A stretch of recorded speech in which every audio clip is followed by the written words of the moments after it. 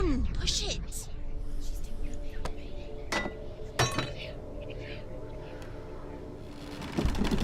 She did it.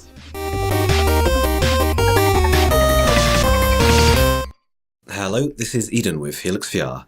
Today I'll be reviewing Hellblade Senua's Sacrifice VR by Ninja Theory. Sort of. This isn't a review of Hellblade itself, but specifically the VR aspects, which is a free addition to the original game. If you've not heard of Hellblade, it's a BAFTA award-winning game, which has been extremely highly praised for the narrative, but not so much for the puzzles. After hearing about a dozen of my friends raving about this game, or at least the flat screen version of it, I had to give it a try myself. Hellblade Senua's Sacrifice VR takes the non-VR version of the game and places you inside that world. It's compatible with both the HTC Vive and the Oculus Rift, but I should note it does not support motion tracking. You can use either the Oculus Touch, a standard gamepad, or a keyboard and mouse. No Vive control support is included, but it wouldn't really work well anyway.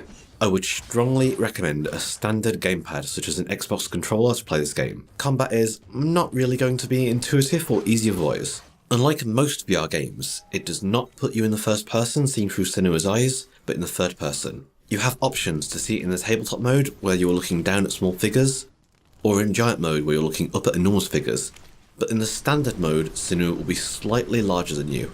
Surprisingly, despite being third person, the immersion factor is still very impressive in most parts of the game. It places you in a world where you can turn around and look, rather than only spinning the camera. For example, in one of the puzzles, I felt like I was searching around the cave for runes myself and trying to line them up with my eyes. Even when you are looking around, Senua actually turns her head in line with yours. Another factor that adds to the immersion is that Senua at times speaks directly to you, it feels like, not to the screen. Not to mention the added immersion from the motion capture acting and binaural audio for the voices in Senua's head, which the game has often been praised for. The only break from the otherwise great experience is the occasional 2D cutscene, which is disappointing considering the high standard of the other areas in immersion. The VR specific options are quite well done.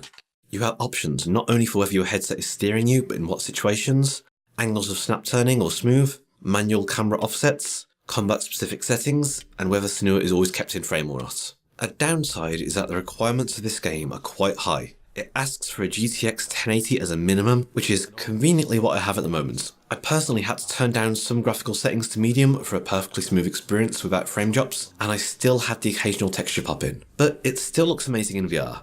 I've seen others who have claimed to run it on as low as a 1060 smoothly with lower settings too, but your experience may vary. Overall, I'd say Hellblade Senua's Sacrifice is an experience not to be missed in VR, as long as you're happy to play a third-person game with a controller. I definitely recommend that you play it with headphones and a high-end PC though.